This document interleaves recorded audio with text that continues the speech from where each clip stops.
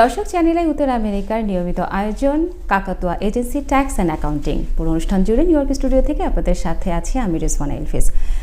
আপনারা জানেন tax and accounting আমাদের যে প্রোগ্রাম, এটা আসলে প্রতি বছরে আমরা যে ট্যাক্স ফাইল করি আমাদের প্রবাসীদের জন্য বিভিন্ন ধরনের তথ্য এবং কিভাবে আমরা প্রতি বছর আমাদের নিজেদেরকে তৈরি করতে পারি, আমরা কি কি ডকুমেন্টস তৈরি করতে পারি, আমরা যারা W2-তে কাজ করি বা আমরা যারা বিজনেস করি তারা আসলে কিভাবে আমাদের এই ট্যাক্স ফাইলের পেপারগুলো রেডি করতে পারি, সেই ধারাবাহিকতা নিয়ে এবং সেইগুলো নিয়েই কিন্তু আমরা আমাদের এই ট্যাক্স অ্যান্ড অ্যাকাউন্টিং আলোচনা করি। এবং বরাবরের মতো আমাদের স্টুডিওতে উপস্থিত আছেন পারভেজ কাজী, তিনি হচ্ছেন IRS এনরোল এজেন্ট। আপনাকে অসংখ্য ধন্যবাদ আমাদের সঙ্গে আসার জন্য। কেমন আছেন?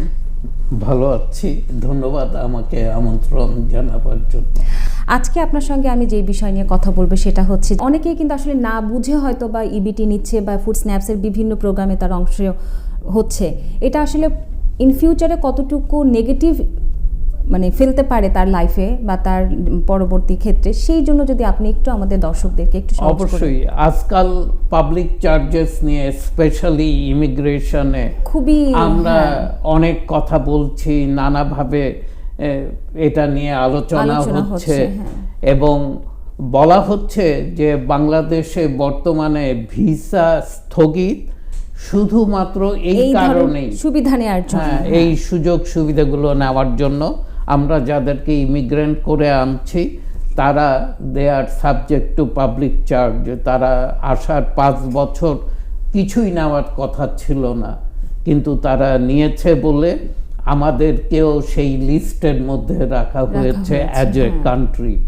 এটা অবশ্যই সুখকর কিছু না, এটা মানে বড়াই করে বলার মতো না। এটার থেকে আমরা যত শীঘ্র বের হয়ে আসতে পারি, ইবিটি এবং স্ন্যাপ এই সকল বেনিফিট ডেফিনেটলি প্রত্যেকটা কমিউনিটিতে কিছু না কিছু লোক নিবেই, যাদের আর্থিক সঙ্গতি নেই তারা তো নিবেই এবং তাদের জন্যই এটা করা। কিন্তু এটা যেন মাস স্কেলে আমাদের লোকজন না নেয়, সেদিকেই আমার পরামর্শ হবে।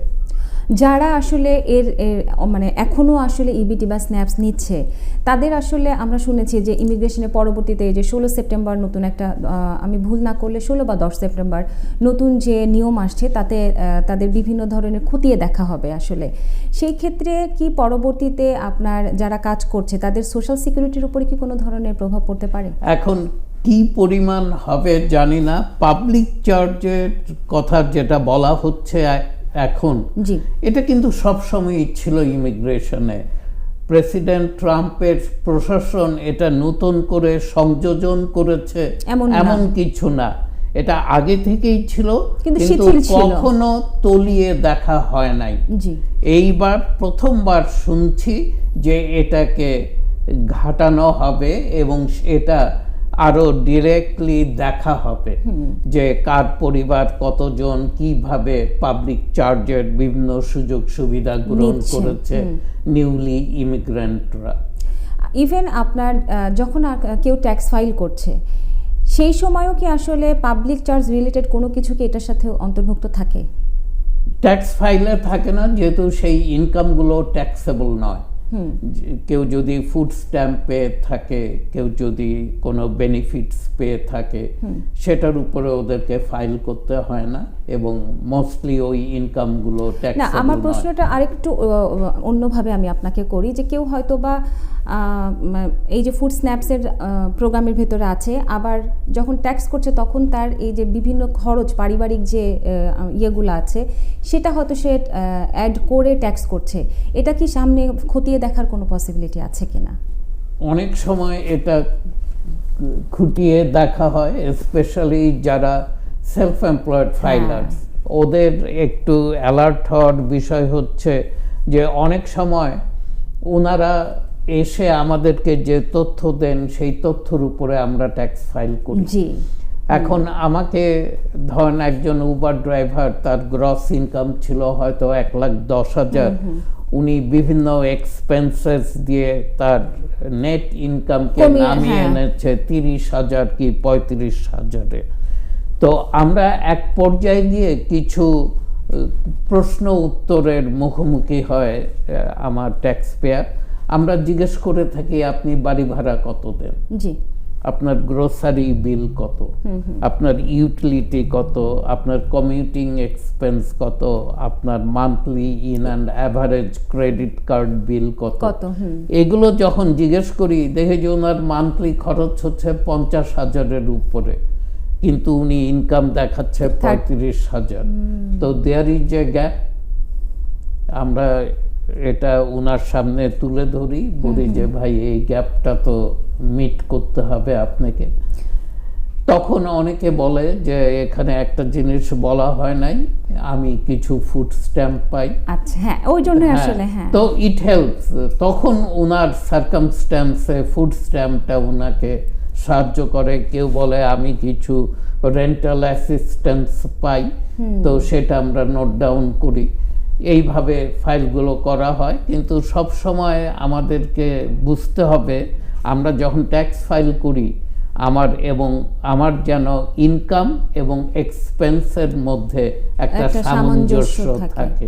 ইভেন যাদের আমরা এটাও শুনছি যে বিভিন্ন সোশ্যাল মিডিয়ার মাধ্যমে যে 50+ বা 55+-এর উপরে যদি বাবা মার বয়স হয় তারা কিন্তু আর আমেরিকাতে হয়তো বা ইন ফিউচারে আনতে পারবে না, এবং তারা যে আপনার অ্যাডাল্ট ডে কেয়ার থেকে যে ইয়েটা পায় বা হোম কেয়ার থেকে তারা বাবা মার জন্য যেই টাকাটা তারা পায় ট্যাক্স দেওয়ার ক্ষেত্রে সেটা আসলে কিভাবে সামঞ্জস্য করে? হোম কেয়ারের ব্যাপারে মানে এটা একটু ইমিগ্রেশন রিলেটেড, কে ভিসা পাবে না আপনাদের যেহেতু ট্যাক্স রিলেটেড, আমি ট্যাক্স রিলেটেড যে অ্যানসারটা করতে চাচ্ছি যে যারা হোম কেয়ার পাচ্ছে এবং আপনি যদি আপনার বাবা অথবা মাকে আপনি টেক কেয়ার করেন এবং আপনার বাসাতেই থাকে, তাহলে ওনারা সিডিপ্যাপ প্রোগ্রামের অধীনে থাকেন। যেই ইনকামটা আপনি আর্ন করেন এটা এক্সক্লুড করতে পারেন ফ্রম ইয়োর ট্যাক্স রিটার্ন। আচ্ছা, আরেকটা হচ্ছে এটাকে আমরা সাধারণত বলে থাকি যে পিপিএল একটা এজেন্সি আছে, তারা সিডিপ্যাপ প্রোগ্রামটাকে এখন তত্ত্বাবধান করে। আগে অনেকেই করত, এখন তো ওটার মধ্যে সকলে বাদ পড়ে গেছে, শুধুমাত্র পিপিএল ওরা করে থাকে। আর অন্যান্য যারা সিডি হোম কেয়ারের বাইরে যারা হোম কেয়ার করছে তারা সাধারণত আরেক বাসায় গিয়ে হোম কেয়ারটা করে। তারা কেয়ার সার্টিফিকেট আছে, কেয়ার গিভার তাদের সার্টিফিকেট অন করে তারা, এবং ওই সার্টিফিকেট দিয়ে তারা আরেক বাসায় গিয়ে তাদের সেই সার্ভিসটা দেয়, এবং যেই পয়সাটা আর্ন করে এইটা ট্যাক্স ফাইলের জন্য এক্সক্লুডেবল না। আচ্ছা, এইটা এক্সক্লুড করা যায় না। তো এক্সক্লুড করা না গেলে ওই ইনকামটা কমে আসে না। জি, আচ্ছা। তো এখন আমাদের ট্যাক্স পেয়ারদের মধ্যে দুটো ক্যাটাগরি আছে, দুই শ্রেণী আছে।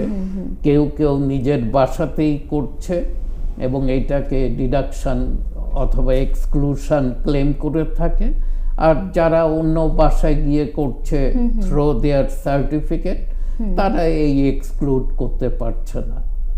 আচ্ছা, আর একটা প্রশ্ন হচ্ছে আপনার কাছে, আপনি বলছিলেন যে রিটায়ারমেন্টের, আমি আবার একটু রিটায়ারমেন্টের ইয়েতে চলে যাচ্ছি, সেটা হচ্ছে যারা উবার করছে বা লিফট করছে বা এই ধরনের প্রফেশনে যারা আছে বা ট্যাক্সি যারা, তারা আসলে এই রিটায়ারমেন্টের প্রোগ্রামে কিভাবে তাদেরকে সংযুক্ত করতে পারে? হ্যাঁ, তারা হতে পারে ইন্ডিভিজুয়াল রিটায়ারমেন্ট অ্যাকাউন্ট তারা ওপেন করতে পারে IRA with their financial institution, bank অথবা যে কোনো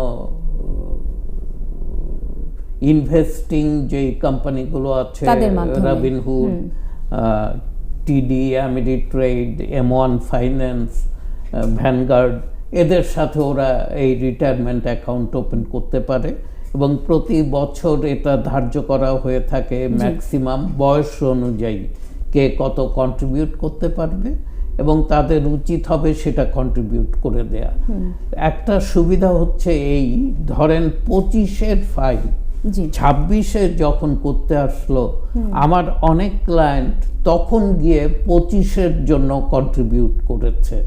তার অর্থ হচ্ছে 25-এ যখন ফাইল করতে আসে বছর শেষে, আমরা তখন ফাইলটা রেডি করে আমি বলছি যে আপনি যদি 7,000 কন্ট্রিবিউট করেন IRA-তে, আপনি 7 এবং আপনার ওয়াইফ 7,000, মানে 14,000 দেন, আপনার রিফান্ড 5,000 বেড়ে আসে। আমি দেখিয়ে দিচ্ছি। এখন 5,000 14,000 যে আপনি দিচ্ছেন, ইনফ্যাক্ট আপনি দিচ্ছেন 9,000, কারণ 5,000 অলরেডি ব্যাক হচ্ছে, সরকার দিচ্ছে আপনাকে। তো why you won't do it? তো অনেকে এনকারেজড হয়, অনেকে এটা করে, এবং তাকে দেখাচ্ছি উইদাউট দিস IRA আপনার রিফান্ড হচ্ছে এই, আর এই IRA-তে কন্ট্রিবিউট করলে আপনার রিফান্ড এই। এবং এটা বলা উচিত হবে কিনা জানি না, আমার অনেক ক্লায়েন্ট আমাকে এবছর অথবা গত বছর ট্যাক্স ফাইলের সময় এসে বলেছে যে পারভেজ ভাই 20 বছর আগে আপনি আমাকে দিয়ে IRA ওপেন করেছিলেন, মনে আছে? আমি বললাম হ্যাঁ আছে, কেন থাকবে না? বলে আজকে আমার অ্যাকাউন্টে this much because of you. আপনি সেদিন করিয়েছিলেন, আমিও গিয়ে করছি, এবং প্রত্যেক বছর এটা করতে হবে কিনা আপনি আমাকে বলেছিলেন অপশনাল।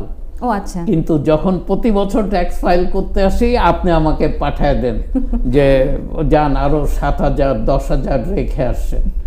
তো আপনার কথা মতো আমি রেখে এসেছি, এবং আজকে আমার অ্যাকাউন্টে এই অ্যামাউন্ট। তো ডেফিনেটলি ইট হেল্পস। আবার অনেকে ধরেন মনে করলো যে আপনি যেটা বলছেন যে প্রতি মাসে যে একটা অংশ, সে যদি মনে করে যে না আমি হয়তো বা রিটায়ারমেন্ট অ্যাকাউন্ট ওপেন করলাম, আমি প্রতি মাসে না দিয়ে আমি একদম এন্ড অফ দ্য ইয়ার আমি পুরো বছরের টাকাটা একসাথে পে করব, এটা কি পসিবল? হ্যাঁ, সেটাও ভালো। তবে ইনভেস্টমেন্টে যারা টাকাটা রাখে, ইনভেস্টমেন্টে একটা কথা আছে যে আপনি স্টকস অ্যান্ড বন্ডসে টাকাটা রাখছেন। পারভেজ কাজী, IRS এনরোলড এজেন্ট, দীর্ঘদিনের অভিজ্ঞতা নিয়ে অত্যন্ত যত্ন সহকারে ট্যাক্স ফাইলিং করেন। তার প্রতিষ্ঠান কাকাতুয়া এজেন্সি নিয়ে তিনি কি বলছেন? কাকাতুয়া এজেন্সি সম্পর্কে বলবে আমাদের গ্রাহকরা যারা গত 33 বছর ধরে আমাদের উপর আস্থা রেখে আসছেন। কাকাতুয়া agency, 8828 192 street, Jamaica, 3731 77th street, Jackson Heights, new York. কাকাতুয়া এজেন্সি জ্যাকসন হাইটসের 77 স্ট্রিটে অবস্থিত, প্রবাসীদের সেবায় একটি দীর্ঘ অভিজ্ঞতা সম্পন্ন প্রতিষ্ঠান। আমরা যত্ন সহকারে এবং সততার সাথে সকল প্রকার ট্যাক্স এবং অ্যাকাউন্টিং সার্ভিস ছাড়াও ইমিগ্রেশনের সব রকম কাজ করে থাকি। সুদীর্ঘ 30 বছর ধরে আমরা ট্যাক্স, অ্যাকাউন্টিং ও ইমিগ্রেশন বিষয়ক সেবাগুলো দিয়ে আসছি আমাদের কমিউনিটিতে। কাকাতুয়া এজেন্সি আস্থার এক নাম। যোগাযোগ 37-31 77th street, Jackson Heights, new York. তো আপনার পারচেসটা কিন্তু অ্যাভারেজ হতে হবে। প্রতি মাসে এইটার প্রাইস আপ অ্যান্ড ডাউন করে। তো আপনি প্রত্যেক মাসে মাসে যদি কিনেন, বলা হয়ে থাকে, পণ্ডিতরা বলে থাকে যে আপনি মাসে মাসে কিনা বেটার দেন 10,000 দিয়ে আপনি যদি একবারে কিনতে চান এক সময়, হ্যাঁ আপনি হয়তো বেশি প্রাইসে কিনছেন অথবা হয়তো কম প্রাইসে কিনছেন, কিন্তু আপনি প্রতি মাসে যদি 700, 800, 1000 করে 10 মাসে 10,000 দিয়ে থাকেন, ওটা মাচ বেটার ইনভেস্টমেন্ট পলিসি। আচ্ছা, সেই ক্ষেত্রে আপনি আসলে আমাদের সাধারণ দর্শকদের জন্য মানে তারা যেন আগ্রহ প্রকাশ করে বা তারা যেন আসলে যায় রিটায়ারমেন্ট প্ল্যানে, তাদের জন্য যদি আপনি স্পেসিফিকভাবে একটু আমি অবশ্যই রিকমেন্ড করব আপনারা মান্থলি বেসিসে আপনি রিটায়ারমেন্ট প্ল্যানে রাখবেন। এবং মিনিমাম কত ডলার দিয়ে আসলে তারা তাদের এই রিটায়ারমেন্ট প্ল্যানটা? It could be anything, it could be 300 টাকা, ইট কুড বি $1,000। আপনি কত রাখতে পারছেন, এবং আপনার ওয়াইফ একজন যদি আর্নড ইনকাম করে তাহলে কিন্তু দুজনের ওপেন করা যায় অ্যাকাউন্ট। আচ্ছা, স্পাউস কাজ করে না, অনেকে আমাকে জিজ্ঞেস করেছে আমার স্পাউস তো কাজ করে না, আমি কি তার নামে একটা করতে পারবো? অবশ্যই পারবেন। একজন কাজ করলেই হবে, একজন স্পাউসের আর্নড ইনকাম আছে সে চাইলে দুইজন স্পাউসই ওপেন করতে পারেন আচ্ছা, এইটা দিয়ে। সিঙ্গেল প্যারেন্টালের ক্ষেত্রে আসলে কি আর ধরনের? সিঙ্গেল হলে তো সে আর্নড ইনকাম থাকলে সে করবে, তার ম্যাক্সিমাম যে লিমিট আছে সেটা সে দিয়ে যাবে প্রত্যেক মাসে। 600 করে যদি হয়ে থাকে, আপনি যদি দেখেন যে আপনি 7,200 টাকা রাখতে পারবেন, আপনি শুরু করেন 600 টাকা দিয়ে ফ্রম দিস মান্থ, এই মাস থেকে। আচ্ছা, even don't wait for next month. যেহেতু এগুলোতে আমি দেখেছি যখন সিদ্ধান্ত নিতে আমরা একটু গড়িমসি করি, যে করব কি করব না, আপনাকে হ্যাঁ। পিছিয়ে দেবার জন্য অনেক এক্সকিউজ পাবেন, কিন্তু একটা এক্সকিউজ কিন্তু আপনাদের জন্য যথেষ্ট, যে পারভেজ ভাই বলেছে from this month, let this excuse be work. এই যে আপনি বলছিলেন যে রিটায়ারমেন্ট প্ল্যান যেটা বলছিলেন, যারা আসলে স্টুডেন্ট লেখাপড়া করছে বা ইউনিভার্সিটিতে গিয়েছে পড়াশোনা করছে বা সামারে কাজ করছে, তাদের ক্ষেত্রে কি আসলে এরকম কোনো প্ল্যান তারাও এখন করতে থেকেই হতে পারে, পারে? হ্যাঁ। তারা আসলে কিভাবে করবে? যারা কাজ করছে, যে বললেন যে সামারে কাজ করেছে, হ্যাঁ। তার কিছু ইনকাম আছে, সে যদি 200 টাকা পারে মাসে 200 টাকা দেখ, তাকে যে 600, 700, 1000 টাকা দিতে হবে নট নেসেসারি। এটা ওর জন্যই বারবার আমি বলছিলাম, এটা ডিপেন্ড করে Earning এর হাউ উপরে। মাচ ইউ ক্যান পে, তার উপরে আপনি কত পে করতে পারেন সেটার উপরে আপনার অ্যামাউন্টটা হতে হবে। আমি বললাম 400 করে দেন, আপনি 3 মাস দিলেন, 4th মান্থে গিয়ে আপনি বলছেন আপনি তো 400 পারবেন না, দেন ইট ক্যানট বি দ্যাট। এটা সেরকম হতে হবে না, হতে হবে যেই অ্যামাউন্টটা আপনি মানে consistently, অনায়াসে হ্যাঁ। দিয়ে যেতে পারবেন, আপনি লোড ফিল করবেন না, প্রেশার ফিল করবেন না, এরকম একটা অঙ্ক হতে হবে, যেটা আমি প্রতি মাসেই যেন আমি খুব অনায়াসে ওইটা দিয়ে দিতে যেতে পারছি। পারি। এই আপনার অ্যাকাউন্ট ওপেন করার জন্য কি কি ধরনের তার ডকুমেন্টস লাগবে?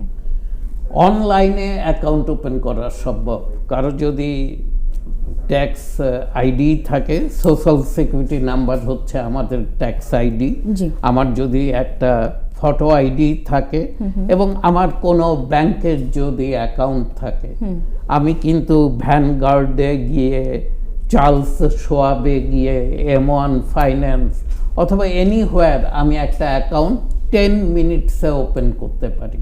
আচ্ছা, আমাকে ফিজিক্যালি কোথাও যেতে হবে না, ঘরে বসে অনলাইনে আর অ্যাকাউন্ট ওপেন করে আপনি আপনার ব্যাংকের সাথে মার্জ করে দেন, প্রত্যেক মাসে 200 টাকা, 500 টাকা, হোয়াট এভার ইউ ক্যান, কিন্তু সেটা এভরি মান্থ হতে হবে, এটা মাথায় রাখবেন।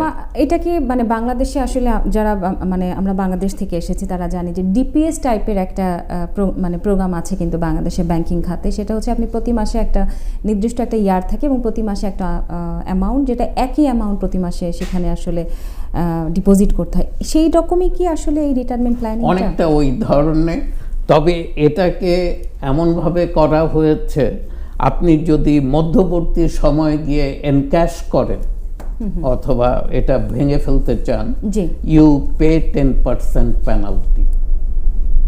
এইটা যদি আপনি আমাদের দর্শকদের জন্য একটু 10%, যেহেতু আপনাকে সরকার এই টাকাটার উপর ট্যাক্স নিচ্ছে না এবং গ্রোথের উপরও ট্যাক্স নিচ্ছে না, এই দুটো ট্যাক্স বেনিফিট দিয়েছে যে আপনি এটাকে কন্টিনিউ করবেন আনটিল ইউ আর 59.5, অর্থাৎ আপনি 60 বছর পর্যন্ত এটার থেকে টাকা তুলবেন না।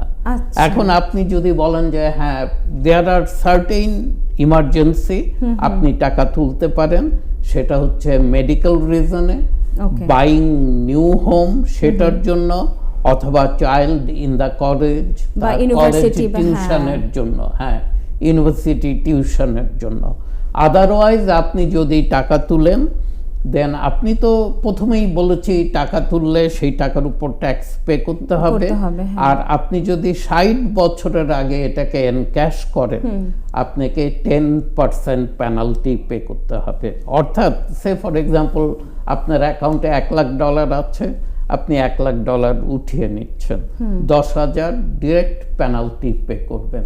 এটা তো আরো 9 বছর পরে যে অ্যামাউন্টটা পেত, তাহলে ওই 50 সময় কি সেই অ্যামাউন্টটাই পাবে?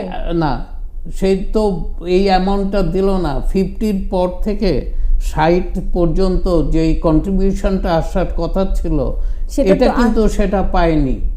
আচ্ছা, অতএব সেই টাকাটা আসবে না, মানে যেটা যে জমা দিয়েছে পর্যন্ত পেয়েছে সেইটা আপনার কম্পাউন্ডিং হয়ে যেভাবে রেট অফ রিটার্নের উপর বেস করে, এবং আমি এই পর্যন্ত যেই অ্যামাউন্টটা পাবে বলছি নাথিং গ্যারান্টেড। এগুলো যেহেতু স্টকস অ্যান্ড বন্ডসে ইনভেস্ট করা হয় এবং S&P 500 500টা কোম্পানির একটা স্টক অ্যাভারেজকে ধরে নেওয়া হয় যে এটা 10% রেট অফ রিটার্ন দিয়ে থাকে জি আচ্ছা, বছরে। সেই রেট অনুযায়ী আমি ওই কথাটা বলেছি যে দিস মাছ সে পেতে পারে বেসড অন সেটার আসলে বিজনেসের ওপরে ডিপেন্ড জি। করছে যে তাদের পার্সেন্টেজটা কত, সেটার আর্নিংটার ওপরে আসলে ওটার নির্ভর করছে। জি। আর একটা প্রশ্ন আছে যে আপনি তো বলছিলেন যে যদি কেউ আসলে রিটায়ারমেন্ট প্ল্যান করে এটা হচ্ছে পুরোটাই ট্যাক্সের আওতার বাইরে, ট্যাক্স তাকে এটা দিতে হচ্ছে না। এই 600 টাকা যদি কেউ সেভিংসে রাখে তাহলে তাকে ট্যাক্স দিতে হচ্ছে না। ধরেন কারোর ইনকাম হচ্ছে $5,000 মানে আমি বলছি মাসের কথা, তো সে যদি এই 600 টাকা মাইনাস করে তাহলে তাকে 4400 টাকা হচ্ছে আপনার ট্যাক্স দিতে হচ্ছে। এবং রিটার্নের ক্ষেত্রে নর্মালি দেখা যায় যারা হচ্ছে প্রতি বছর যে ট্যাক্স রিটার্নটা পায় সেক্ষেত্রে তো এই 600 টাকার কোনো হিসাবে আসবে না। কারো ইনকাম 5,000 অর্থাৎ মান্থলি, সে বছরে তার ইনকাম 60,000। 60,000 সে যখন ট্যাক্স ফাইল করতে আসবে আমাদের কাছে, আমরা তার ইনকাম দেখব 60,000, ওইভাবে আমরা তার ফাইলকে প্রিপেয়ার করব। এখন সেই সাথে আমি বুঝাবার সুবিধার জন্য বলছি, আরেকজন আসলো ক্লায়েন্ট বি, তারও ইনকাম 60,000, কিন্তু আমি দেখছি যে সে 7,000 টাকা রিটায়ারমেন্ট প্ল্যানে রেখেছে। আমি কিন্তু 60,000 আর দেখছি না, তখন আপনি আমি 43 ফাইলটা প্রিপেয়ার করছি 53,000 দিয়ে, 53,000 হ্যাঁ। দিয়ে। তো এই 7,000 ইনকাম কমে যাওয়ার জন্য কেউ যদি 15% ট্যাক্স ব্র্যাকেটে হয়ে থাকে তার 1200 টাকা কিন্তু কম পে করতে হবে দেন ক্লায়েন্ট এ। তো সে 1200 টাকা ফেডারেল ট্যাক্স কমে গেল, তার স্টেট অ্যান্ড সিটিও ধরে নিলাম অ্যানাদার 300-400 টাকা কমে আসলো। তো $1,500 সে একটা বেনিফিট তাৎক্ষণিকভাবেই পেল। হ্যাঁ, তখনই পেল। এটার জন্য তাকে অপেক্ষা তাহলে আসলে যারা মানে এই প্ল্যানে করছে এবং রিটায়ার প্ল্যান করতে চাচ্ছে তাদের আসলে সুবিধা হচ্ছে যখনই আপনাদের কাছে আসবে ট্যাক্স ফাইল করতে, অবশ্যই তারা যেন ইনফরমেশনটা আপনাদের সঙ্গে শেয়ার করে যে তাদের রিটায়ারমেন্ট প্ল্যানিংটা আছে। W2-তে এটা কিন্তু লেখা থাকে, আচ্ছা, তাকে যেহেতু মুখে বলতে হয় না, কোম্পানি যেহেতু কোম্পানির সাথে। আর কেউ যদি নিজে করে থাকে অবশ্যই তার উচিত হবে আমাদের সাথে এটা শেয়ার করা। আমরা প্রায় অনুষ্ঠানের শেষের দিকে চলে এসেছি। আপনার সাথে আসলে অনেক বিষয় নিয়ে আমরা আলোচনা করি এবং আমাদের দর্শকরা কিন্তু অনেক উপকৃত হয়, কারণ অনেক সময় দেখা যায় যে আমরা বছর শেষে যত কাজ করি না কেন মূলটাই হচ্ছে আসলে ট্যাক্সে যদি গরমিল হয় আসলে মানি হচ্ছে এভরিথিং। সো আপনি যদি আমাদের দর্শকদের জন্য আরেকটু একদম শেষের দিকে যদি কিছু বলতেন। ধন্যবাদ আমাকে আবারও কথা বলার সুযোগ করে দেওয়ার জন্য। আমার প্রিয় সাবজেক্ট রিটায়ারমেন্ট, আমি এটা নিয়ে নিজে ভুক্তভোগী বলেই আমি এটাকে এত পছন্দ করি। এবং আমি যখন নতুন জবে ঢুকেছিলাম, কাজ শুরু করেছিলাম, আমাকে এত সুন্দরভাবে বোঝাবার কেউ ছিল না। জি।